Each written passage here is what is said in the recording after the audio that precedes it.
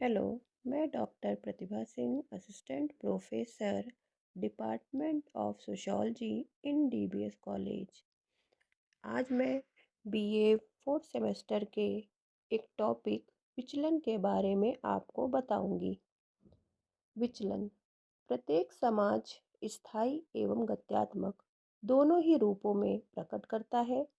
स्थायित्व की दृष्टि से यदि हम देखें तो सामाजिक संबंधों की व्यवस्था में निरंतरता पाई जाती है, जबकि जो गत्यात्मक दृष्टि से संबंधों की संरचना एवं प्रकारों में हम परिवर्तन होते भी देखते हैं। समाज की निरंतरता की कुंजी इस तथ्य में है कि समाज के सदस्य समाज के निर्देशित मार्ग पर चलते रहें, उनके आचरण समाज के आदर्शों एवं मूल्यों के अनुरूप हों।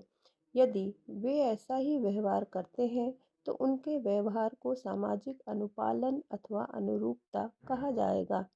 परंतु यदि वे सामाजिक आदर्शों का उल्लंघन करते हैं, उनसे विभिन्न व्यवहार करते हैं, तो उनके व्यवहार को सामाजिक विचलन अथवा विपथगमन कहा जाता है। विचलित व्यवहार के प्रति समाज मूक दर्शक बना नहीं रह सकता। वह विचलन के प्रति अपनी प्रतिक्रिया व्यक्त करता है। प्रतिक्रिया कठोर होगी या नरम होगी, उस विचलित व्यवहार के स्वभाव पर निर्भर होता है। यदि समाज अपनी व्यवस्था के स्थायित्व को विचलित व्यवहार द्वारा खतरे में देखता है, तो ऐसे व्यवहार के प्रति कड़ा रुख अपनाता है और विचलन करने वाले व्यक्तियों को कारावास अथवा मृत्यु दंड के सजा दे सकता है। समाज द्वारा समाज के सदस्यों को अनुपालन व्यवहार करने के लिए बाध्य करने हेतु कुछ तरीके अपनाए गए साधनों एवं अभिकर्ताओं को सामाजिक नियंत्रण की संज्ञा दी जाती है। अनुपालन सामाजिक जीवन की आधारभूत प्रक्रियाओं में से एक है। सामाजिक जीवन के स्थायित्व के लिए यह आवश्यक है कि प्रत्येक समाज में कुछ मात्रा तक अनुपालन आवश्यक है। लोग एक साथ जीवन व्यतीत नहीं कर सकते यदि उन्हें यह मालूम न हो कि वे अपने से दूसरों से क्या अपेक्षाएं कर सकते हैं। यही कारण है कि कॉलेज, किसी व्यवसाय या किसी अन्य देश में प्रथम दिन बड़ा घबराने वाला लगता है, क्योंकि वहाँ व्यक्ति निश्चित व्यवहार या घटना का पूर्वानुमान नहीं लगा सकता। अनुपालन व्यक्ति या समूह के उस व्यवहार को कहते हैं जो वह समाज द्वारा निर्देशित आदर्शों के अनुरूप करता है। जैसे समाज का यह सामान्य आदर्श है कि खेल के मैदान में खिलाड़ी के लिए अंपायर का आदेश एक निर्णय अंतिम है। जो खिलाड़ी खेल के सर्वमान्य नियमों का पालन करता है और अंपायर के नियमों के अनुसार खेल खेलता है, वह अनुपालन कर रहा होता है। रामायण के राम मर्यादा पुरुषोत्तम कहे जाते हैं, अर्थात वे अनुपालक आचरण के आदर्श रूप हैं। विचलन उतना ही पुराना है जितना कि मानव समाज। प्रत्येक युग में विचलन होता रहा है और समाज उसके रोकथाम की व्यवस्था करता रहा है।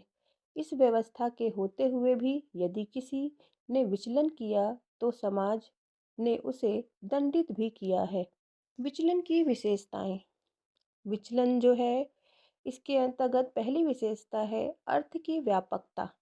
यह एक व्यापक अर्थ वाला शब्द है जिसमें एक नहीं अनेक प्रकार के व्यवहार को रखा जाता है। किसी भी समाज में विचलित व्यवहार को एक सूची बना देना कठिन ही नहीं बल्कि असंभव है। दूसरा है, इसकी दूसरी विशेषता है सामाजिक आदर्शों द्वारा परिभाषित। कोई भी व्यवहार अपने में विचलन नहीं होता, क्योंकि वह तो सामाजिक आदर्शों की कसौटी पर ही विचलन अथवा अनुपालन कहा जाएगा।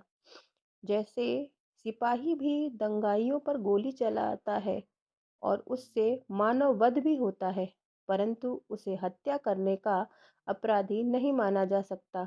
जबकि अन्य व्यक्तियों द्वारा किया जाने वाला ऐसा व्यवहार निश्चित ही विचलन व हत्या कहा जाएगा। इसकी तीसरी विशेषता है परिभाषा की परिवर्तनशीलता। समय के अनुसार विचलन की परिभाषा बदलती रहती है। जैसे कभी सती होने वाली स्त्री देवी के रूप में प्रतिष्ठित थी, तो आज कोई भी स्त्री यदि अपने मृत पति के शव के साथ जलने का प्रयास करेगी तो आत्महत्या की दोषी मानी जाएगी और दंडनीय होगी। इसकी चौथी विशेषता है सांस्कृतिक विभिन्नता। विचलन की समाज में दो भिन्न कालों में या भिन्न समय में उसके दो विभिन्न वर्गों में ही भिन्न भिन्न नहीं होती। विभिन्न संस्कृतियों में भी एक ही कार्य के प्रति विभिन्न दृष्टिकोण हो सकते हैं। जैसे विकसित देशों में समलैंगिक व्यवहार को विचलन नहीं माना जाता, जबकि हमारे देश भारत में या अविकसित देश में यह समलैंगिक व्यवहार को सामाजिक अस्वीकृति माना जाता है। अब है विचलन के स्पष्टीकरण। व्यक्ति विचलन क्यों करता है, इसके कई कारण हो सकते हैं। इस संबंध में प्रमुख मत जो है वो दिए गए हैं 3 श्रेणियों में। पहला आपका है जैविकीय स्पष्टीकरण। जैविकीय स्पष्टीकरण के अंतर्गत जो व्यक्ति में जन्मजात शारीरिक लक्षणों या दोषों को विचलन का उत्तरदायी माना जाता है। ऐसे विद्वानों में लोम्ब्रोसो प्रमुख हैं। उनके विचार में अपराधियों में यह स्पष्ट शारीरिक लक्षण होते हैं। उनके विकास में ही त्रुटि मालूम होती है। जैसे ज़्यादातर अपराधियों की गालों की हड्डियां उभरी हुई होती हैं, जबड़े चौड़े होते हैं, खोपड़ी चौड़ी होती है, नथुने फूले हुए होते हैं। ये लोग पीड़ा से अप्रभावित होते हैं। इनमें यह इच्छा बलवत्त होती है कि अपने शिकार का न केवल अंग भंग किया जाए, बल्कि उनके प्राण भी हरण कर लिए जाएं।